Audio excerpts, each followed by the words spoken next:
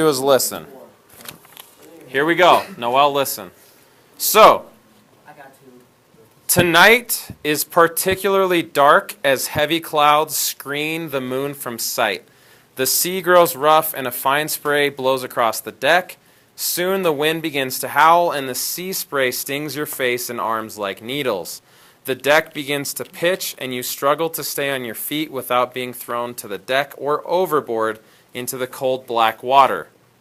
The sails will be torn to shreds if they are not furled, and worse, if they are not taken down, the ship could be capsized by the combination of wind and waves.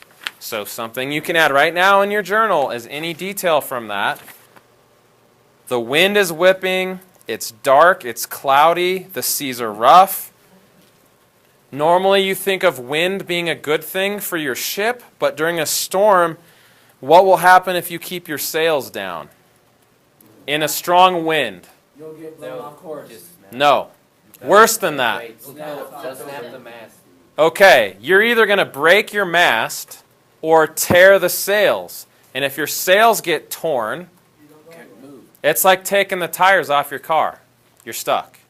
So it seems kind of weird, but in a storm, you'd actually roll up your sails so they don't get torn.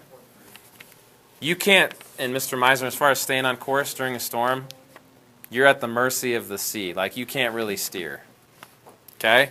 So, here's what has to happen as a result of this storm. I'll explain the whole thing. Everyone in your crew needs to figure out what their common sense rating is and spin for it.